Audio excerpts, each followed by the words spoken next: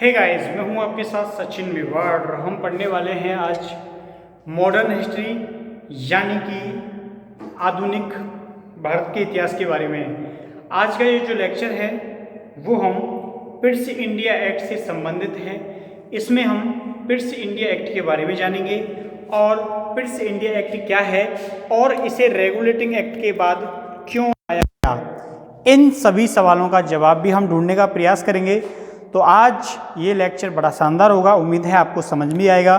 तो जानते हैं, कल का जो वीडियो था उसमें हमने रेगुलेटिंग एक्ट के बारे में जाना था और आज हम इस वीडियो में पिट्स इंडिया एक्ट के बारे में जानेंगे। देखिए, ये है Pitt's India act. Pitt's India act जो है वो 1784 में 1784 में पारित किया गया। लेकिन क्या आवश्यकता पड़ गई पिट्स इंडिया एक्ट को लाने की, जबकि रेगुलेटिंग एक्ट 1773 पहले ही लाया जा चुका था।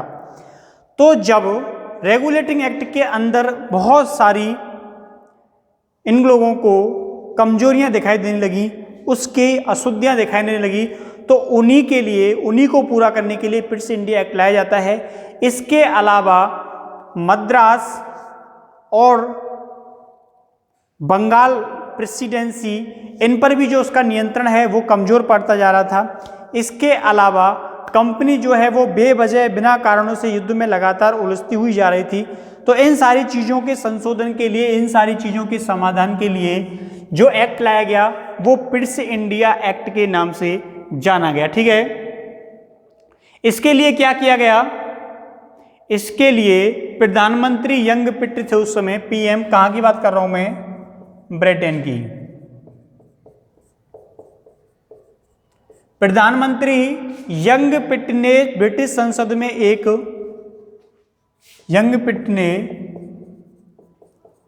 ब्रिटिश संसद में एक विधेयक पारित किया जो किस नाम से जाना गया? जो Pitt's India act. Pitt's India act के नाम से जाना गया। ठीक है, किस नाम से जाना जाता है? तो वो पिट्स इंडिया एक्ट के नाम से जाना जाता है। ठीक है, बात समझ में आई आप लोगों को? लेकिन यहां पर महत्वपूर्ण बात यह है कि चलिए पारित कर दिया गया, पिट्स इंडिया एक्ट के नाम से जाना गया, लेकिन इसके अंदर था क्या क्या क्या महत्वपूर्ण चीजें थी? तो वो देखिए, पिट्स इंडिया एक्ट के अंदर क्या था? पिट्स इंडिया एक्ट की महत्वपूर्ण बातें। ठीक है,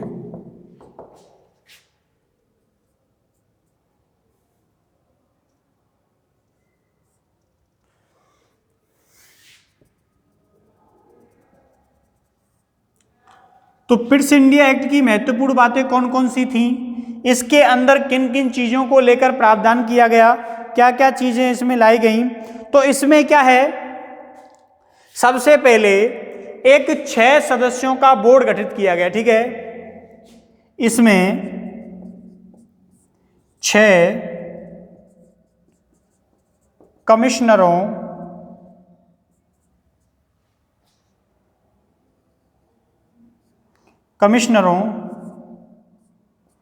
का बोर्ड गठित किया गया।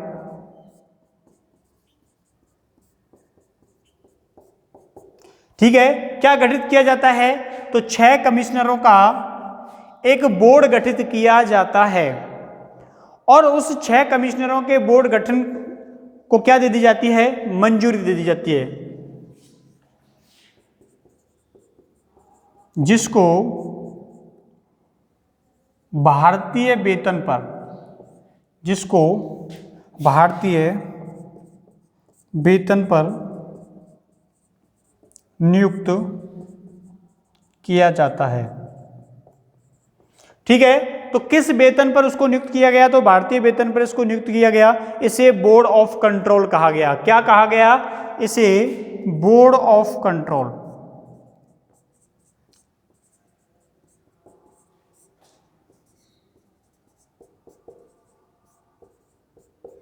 बोर्ड ऑफ कंट्रोल के नाम से जाना गया।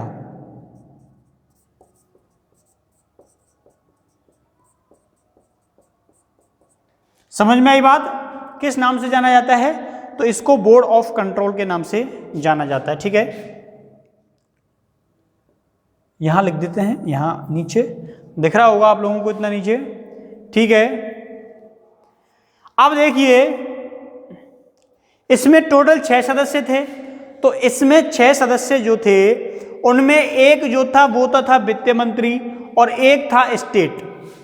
एक तो स्टेट पर्सन था, सेक्रेटरी ऑफ स्टेट इसको बोलते हैं। ठीक है,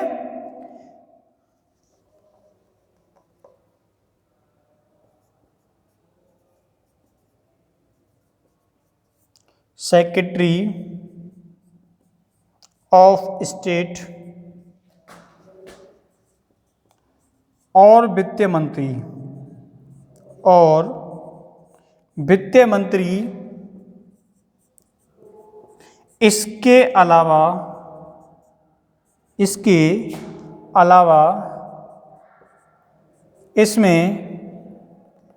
4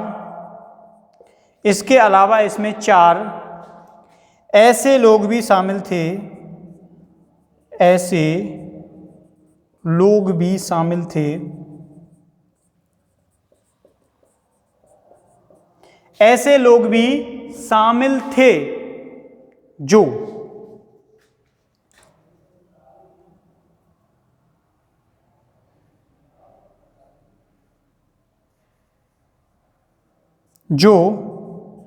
ताज के द्वारा नियुक्त थे, ताज के द्वारा नियुक्त थे। ठीक है, किसके द्वारा नियुक्त थे? तो ताज के द्वारा, नीचे लिखा है मैंने ताज के द्वारा। ठीक है, जो 4 लोग थे, 4 ऐसे लोग थे जो ताज के द्वारा नियुक्त थे। ठीक है, ताज का मतलब होता है महारानी। तो मिटाएं इसको ब्रिटिश इंडिया एक्ट के बारे में। चलिए अब इससे आगे देखते हैं।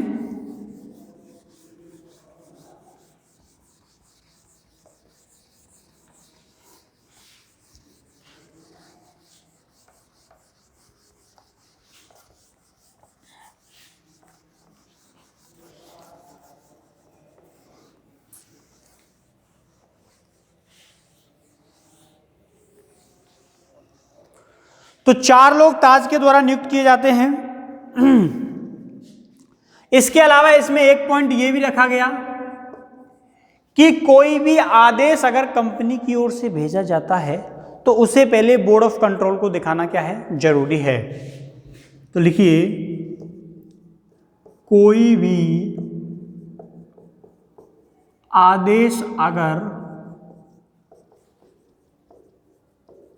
कंपनी की ओर से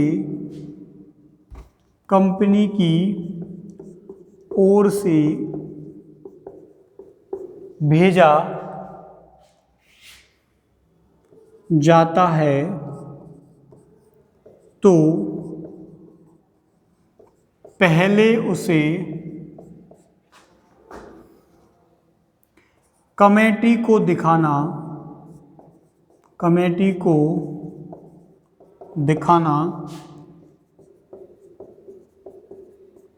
अनिवार्य था। इससे बता दिया कि आप लोग कोई भी आदेश निकाल रहे हो पहले कहाँ दिखाओ? कंपनी को दिखाओ, सॉरी कमेटी को दिखाओ। और कमेटी को ये अधिकार दे दिया जाता है कि उसमें वो दखलंदाजी कर सकती थी, उसमें कोई चीज़ गलत है उसे बदल सकती थी। यहाँ तक कि ये अधिकार दे रखा था कि पूरे के पूरे ड्राफ्ट को भी वो चेंज कर सकती थी। ठीक है, पूरे के पूरे ड्राफ्ट को भी वो बदल सकती थी, इतना अधिकार दे दिया गया कंपनी को। समझ में आया? तो कंपनी में पूरे के पूरे ड्राफ्ट को चेंज करने की शक्ति किसको दे दी गई? कमेटी को दे दी जाती है। ठीक है, किसको दे दी जाती है? कमेटी को दे दी जाती है। ठीक है, चलिए हो गया। अब जब ये शक्ति कमेटी को दे दी जाती है तो कंपनी चिंता में आ गई, क्योंकि उसमें पहले तो वो मनमानी करती थी। जब मैंने तुम आपको रेगुलेटिंग एक्ट के बारे में बताया था तो उसमें एक बात बताई थी कि रेगुलेटिंग एक्ट में जो गवर्नर जनरल होता है उसके लिए भी एक कमेटी नियुक्त की गई थी। तो 4 लोग उसमें नियुक्त थे, और 4 लोग नियुक्त थे, 3 लोग जितर हो जाते थे, फिर बात माननी पड़ती थी उसको, गवर्नर जनरल को। लेकिन यहाँ पर एक सुधार किया जाता है, जो पहले 4 सदस्य नियुक्त किए गए थे उनमें से एक को हटा दिया गया, अब केवल 3 सदस्य ही उस कमेटी में रह गए। ठीक है, तो गवर्नर जनरल की सिफारिश का मतलब ये समझ ला, कोई काम करवाने के लिए सिफारिश का मतलब होता है एक संचालन समिति लिख लीजिए। चलिए ठीक है, आप लोग सिफारिश का मतलब कुछ और वाली सिफारिश समझ जाएं कि सलाहकार समिति या संचालन समिति के सदस्यों की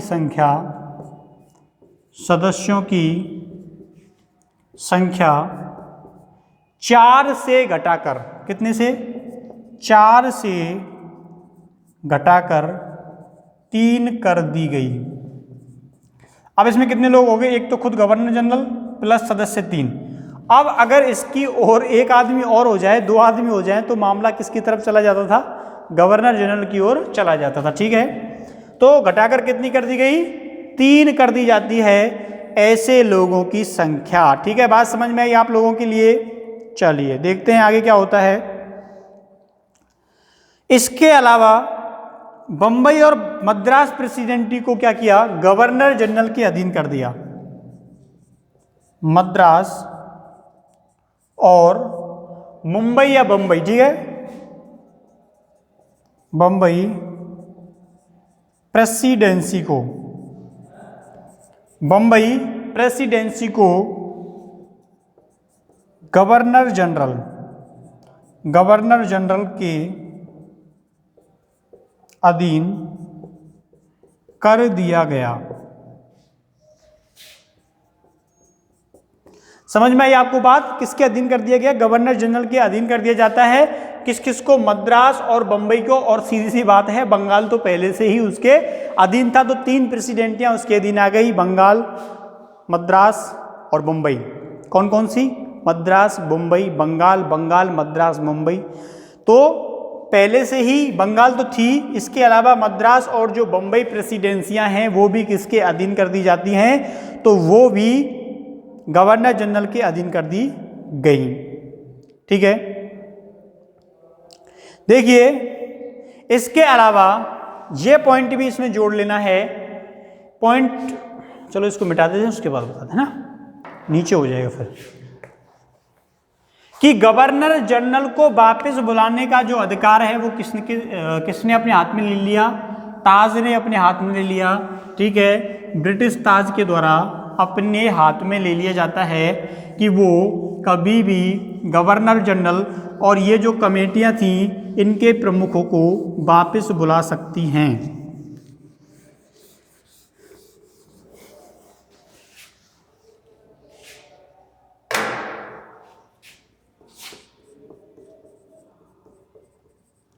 ब्रिटिश ताज कभी भी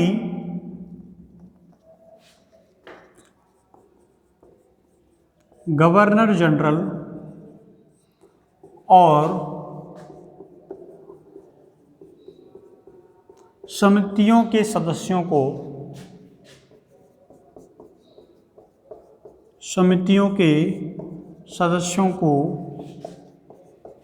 वापस बुला सकती थी।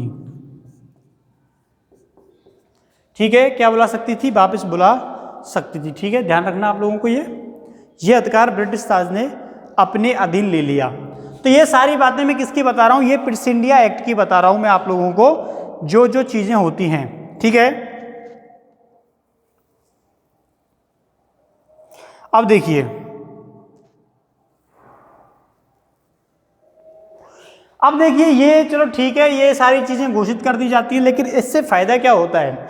इससे फ़ायदा ये होता है कि अब जो भारतीय क्षेत्र थे वो अब कंपनी के अधिकार क्षेत्र में ना होकर एक प्रकार से सीधे ब्रिटिश के द्वारा क्या किए जा रहे थे, कंट्रोल किए जा रहे थे। इसके अलावा कंपनी पर अब एक और शक्ति का नियंत्रण स्थापित होने लगा, वो थी ब्रिटिश संसद। पहले जो कार्यकाल होते थे, जो भी क्रियाकलाप होते थे, उसमें कंपनी स्वयं दखल देती थी, लेकिन अब क्या है, एक उसके ऊपर बोर्ड ऑफ कंट्रोल का भी क्या कर दिया गया, गठन कर दिया गया। इससे उसकी जो मनमानी करने का तरीका था उस पर भी क्या लगती है, रोक लगती है। ठीक है, तो ये भी पॉइंट इसमें जोड़ लेने हैं महत्व में। भारतीय क्षेत्र अब ब्रिटिश साम्राज्य के भाग हो गए।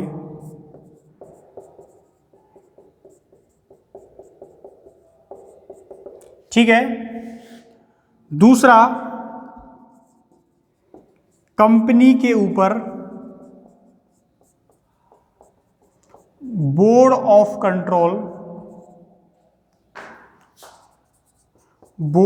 कंट्रोल का नियंत्रण हो गया। ठीक है, किसका नियंत्रण हो जाता है, बोर्ड ऑफ कंट्रोल का नियंत्रण हो जाता है। इसके अलावा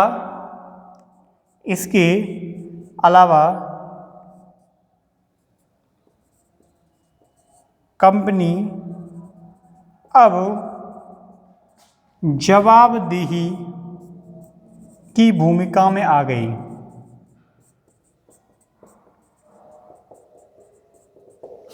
जवाबदेही की भूमिका में आ गई थी, यानी कि कोई भी काम करेगी तो उसे अब बताना पड़ेगा। तो ये था आपका ब्रिटिश इंडिया एक्ट, जिसकी जो बातें हैं, जो पॉइंट मैंने आपको लिखा है वो महत्वपूर्ण हैं, यहाँ महत्व भी महत्वपूर्ण है। तो हमने दोनों ही करा दिया आपके लिए, रेगुलेटिंग एक्ट और ब्रिटिश इंडिया एक्ट, दोनों छोटे छोटे टॉपिक थे। उम्मीद है दोनों समझ में आए होंगे। ठीक है, तो हम ये लेक्चर समाप्त करते हैं। कल से एक नया टॉपिक लेंगे, उसको शुरू करेंगे अच्छे से। तो चलते हैं, मिलते हैं कल इसी समय। तब तक के लिए थैंक यू, धन्यवाद, बाय बाय।